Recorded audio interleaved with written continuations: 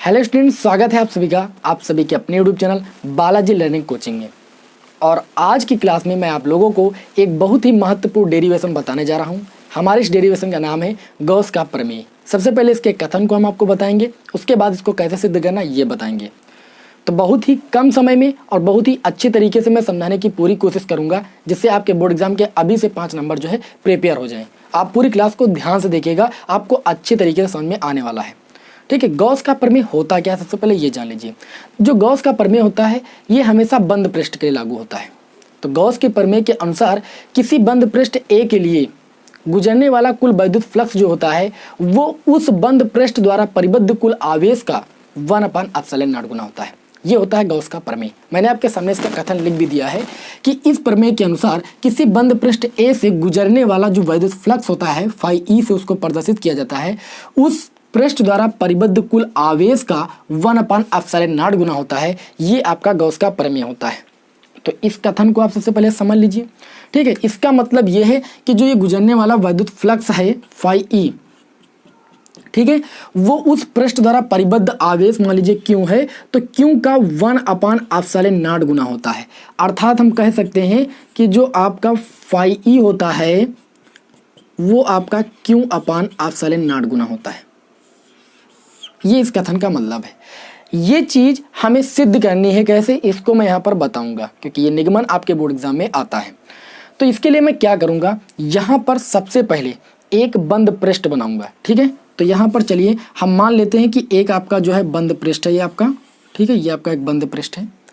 इस बंद पृष्ठ के अंदर एक बिंदु O है जिस पर आपका प्लस का Q आवेश जो है स्थित है। इस प्लस Q आवेश से R मीटर की दूरी पर एक बिंदु हमारा P है। क्या है, R मीटर की दूरी पर एक बिंदु हमारा जो है P है। तो ये दूरी कितनी है इस बिंदु O से P तक की, R मीटर की दूरी है। अब मैं यहाँ पर ये मान लेता हूँ कि बिंदु P के चारों ओर एक अल्पांश क्षेत्रफल dA है। ठीक है, इस बिंदु P के चारों ओर मैं मान लेता हूँ कि एक अल्पांश क्षेत्रफल आपका dA है। कौन सा क्षेत्रफल है, dA। आप जानते हो कि क्षेत्रफल वेक्टर की जो दिशा होती है वो क्षेत्र के लंबवत बाहर की ओर होती है। तो जो dA की दिशा होगी वो इस क्षेत्र से बाहर की ओर होगी। ठीक है, ऐसे, वो भी लंबवत।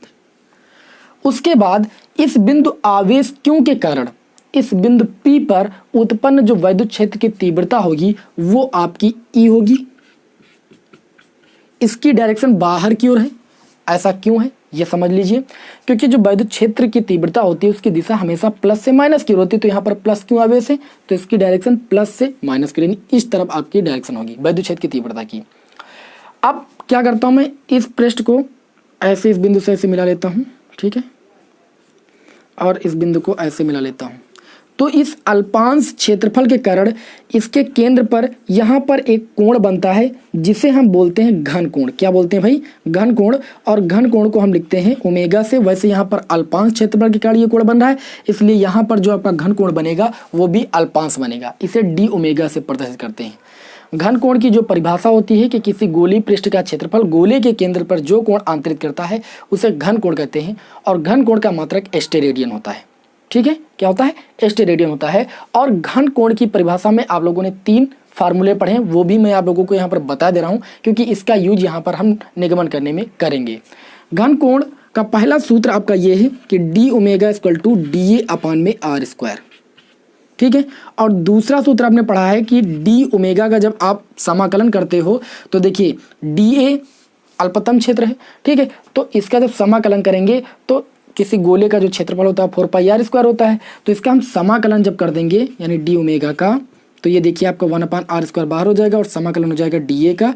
तो d ओमेगा का समाकलन ओमेगा हो जाएगा। सभी को पता है कि dx का समाकलन x होता है, तो d ओमेगा का ओमेगा हो जाएगा। ठीक है, और यहाँ पर 1/r², यहाँ पर देखिए हम समाकलन कर रहे हैं dA का, तो dA का समाकलन हो जाएगा 4πr²। यहाँ पर r² से r² कैंसिल हो जाएगा, तो ओमेगा इक्वल टू आपका आ जाएगा 4π। ये आपका दूसरा फार्मूला हो गया, ये आपका पहला फार्मूला हो गया। और तीसरा फार्मूला आप लोगों ने पढ़ा है कि d ओमेगा इक्वल टू आपका होता है dA cos θ/r²।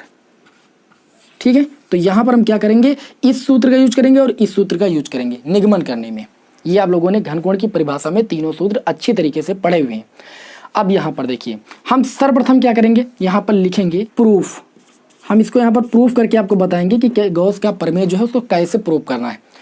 तो यहाँ पर सबसे पहले इस बिंदु Q के कारण इस बिंदु P पर वैद्युत क्षेत्र की तीव्रता निकालेंगे।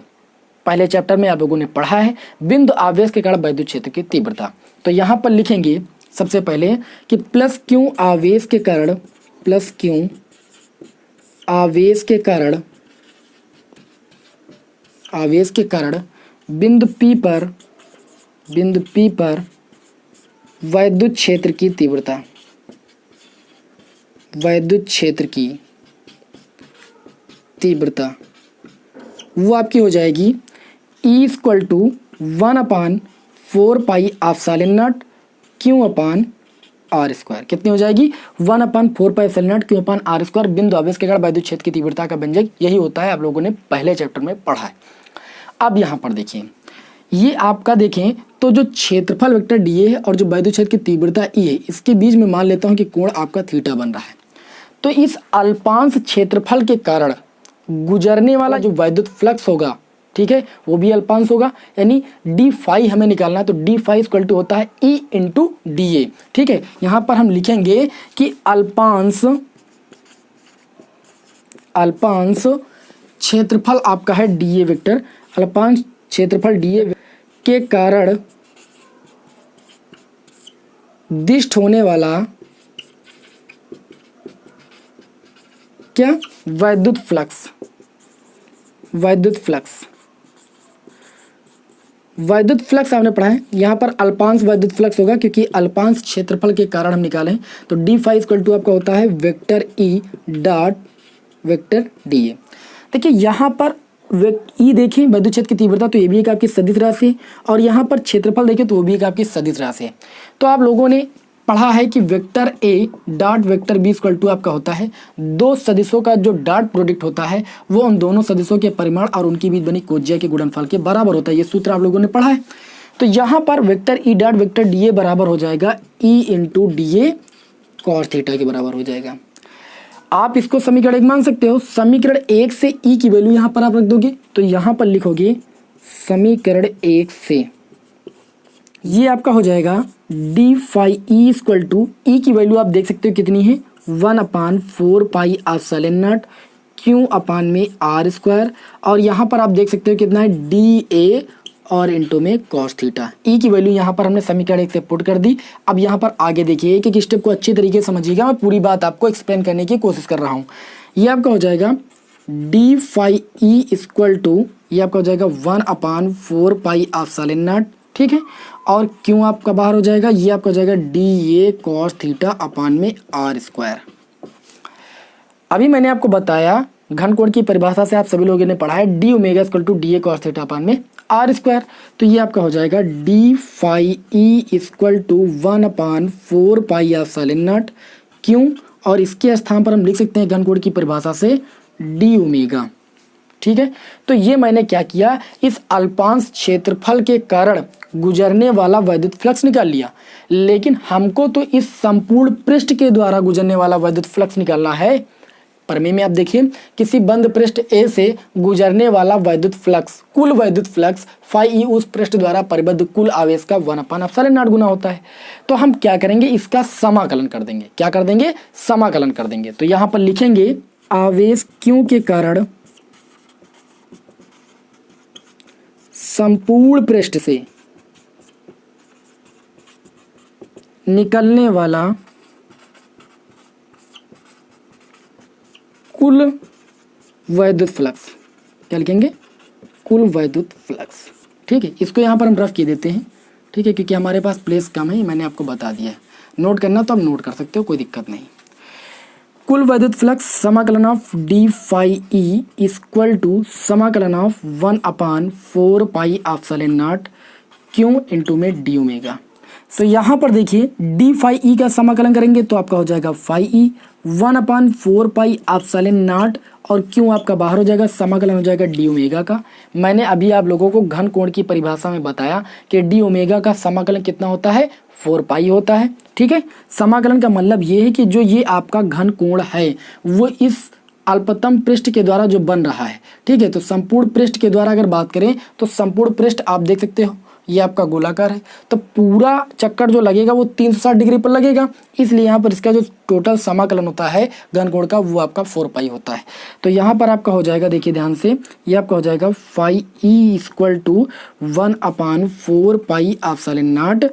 और क्यों लिखा है मैंने भी आपको करके भी बताया कि डी ओमेगा का समाकलन कैसे 4 पाई होता है, ठीक है। आर स्क्वायर से आर स्क्वायर कैंसिल हो गया था, इनटू में आपका हो गया था 4 पाई, तो 4 पाई से 4 पाई कैंसिल हो जाएगा। यहाँ पर आप चाहो तो लिख सकते हो कि समाकलन of D omega equal to 4 pi, अगर आप लिखना चाहो तो लिख सकते हो, कोई दिक्कत नहीं। तो यहाँ पर 4 पाई से 4 पाई कैंसिल हो गया, तो आपको यहाँ से मिल गया phi E equal to Q upon में एप्सिलॉन नॉट। आप देख सकते हो कि गॉस की प्रमेय में यही चीज़ आपको प्रूव करनी थी कि किसी बंद पृष्ठ ए से गुजरने वाला कुल वैद्युत फ्लक्स फाई ई उस पृष्ठ द्वारा परिबद्ध कुल आवेश क्यू का 1/एप्सिलॉन नॉट गुना होता है। तो ये प्रमेय आपकी जो है प्रूव हो गई। तो बहुत ही कम समय में आप लोगों ने इस प्रमेय को सिद्ध करना अच्छी तरीके से समझ लिया होगा। फिलहाल मैं आप लोगों को एक बार बता देता हूँ कि मैंने क्या क्या किया। मैंने सबसे पहले आपको ये बताया कि किसी बंद पृष्ठ ए से गुजरने वाला जो वैद्युत फ्लक्स पाई ई होता है वो उस पृष्ठ द्वारा परिबद्ध कुल आवेश का 1/एप्सिलॉन नॉट गुना होता है। ये आपका कथन हो गया गॉस के प्रमेय का। उसके बाद हमने निगमन कैसे किया, इसके लिए मैंने एक जो है बंद पृष्ठ लिया और इस बंद पृष्ठ के अंदर एक बिंदु ओ लिया जिस पर जो है एक आपका प्लस क्यू आवेश स्थित है। इस प्लस क्यू आवेश से r मीटर की दूरी पर एक बिंदु हमने पी लिया। क्या लिया? एक बिंदु हमने पी लिया। इस पी के चारों ओर एक अल्पांश क्षेत्रफल को मैं मान लेता हूं कि पी के चारों ओर एक अल्पांश क्षेत्रफल आपका डी है, जिसकी दिशा जो है वो इस पृष्ठ से लंबवत बाहर की ओर है। सभी को पता है क्षेत्रफल वेक्टर की दिशा पृष्ठ के लंबवत बाहर की ओर होती है। उसके बाद इस बिंदु आवेश क्यू के कारण इस बिंदु पी पर जो वैद्युत क्षेत्र की तीव्रता है वो आपकी ई है। इसकी डायरेक्शन बाहर की ओर है, क्यों? क्योंकि वैद्युत क्षेत्र की तीव्रता की जो दिशा होती है वो प्लस से माइनस की ओर होती है, तो प्लस आवेश है तो इसकी दिशा बाहर की ओर हो गई। उसके बाद मैंने यहाँ पर ये मिला तो इस पृष्ठ के द्वारा जो इस बिंदु ओ पर कोण बन रहा है वो आपका घन कोण बन रहा है डी ओमेगा, ठीक है। मैंने आपको बताया घन कोण की परिभाषा होती है कि किसी गोलीय पृष्ठ का क्षेत्रफल गोले के केंद्र पर जो कोण अंतरित करता है उसे घन कोण कहते हैं। तो ये गोलीय पृष्ठ का क्षेत्रफल था, ये गोले के केंद्र पर ये कोण अंतरित कर रहा था, इसलिए हमने इसको घन कोण बोला। और मैंने आपको बताया कि डी ओमेगा की वैल्यू जो होती है वो D A upon R square होती है और इसका समाकलन करते हैं तो हमें 4 पाई मिलता है, या डी ओमेगा की value D A cos theta upon R square भी होती है। तो मैंने यहाँ पर क्या किया, डी ओमेगा के समाकलन का यूज किया, 4 पाई रखा और D A cos theta upon R square के स्थान पर घन कोण की परिभाषा से मैंने डी ओमेगा रखा, ठीक है। इतना मैंने किया। तो आप देख सकते हो कि यहाँ पर हमने बिंदु आवेश के कारण वैद्युत क्षेत्र की तीव्रता फाइंड की और उसके बाद हमने क्या किया, इस अल्पांश क्षेत्रफल के कारण गुजरने वाला वैद्युत फ्लक्स निकाल लिया और वैद्युत फ्लक्स निकालने के कारण इस अल्पांश क्षेत्रफल के कारण वैद्युत फ्लक्स निकाला, इसका हमने समाकलन कर दिया। तो इस पूरे बंद पृष्ठ के कारण गुजरने वाला जो वैद्युत फ्लक्स आपका आ गया। अब ये जो वैद्युत फ्लक्स आया वो इस पृष्ठ द्वारा परिबद्ध कुल आवेश का 1/एप्सिलॉन नॉट गुना आ गया। यही आपके गॉस की प्रमेय है। तो बहुत ही कम समय में इस प्रमेय को आप लोगों ने अच्छी तरीके से समझ लिया होगा, ठीक है। आई होप आप सभी लोगों को ये वीडियो पसंद आया होगा। वीडियो पसंद आया तो वीडियो को लाइक कर दें, अपने दोस्तों में शेयर कर दें और यदि आप हमारे चैनल पर नए हैं तो चैनल को सब्सक्राइब कर लें, क्योंकि इसी प्रकार की वीडियो आपको लगातार जो है मैं प्रोवाइड करता रहूँगा। चलिए फिर मिलते हैं आपको किसी वीडियो में। जय हिंद, जय भारत।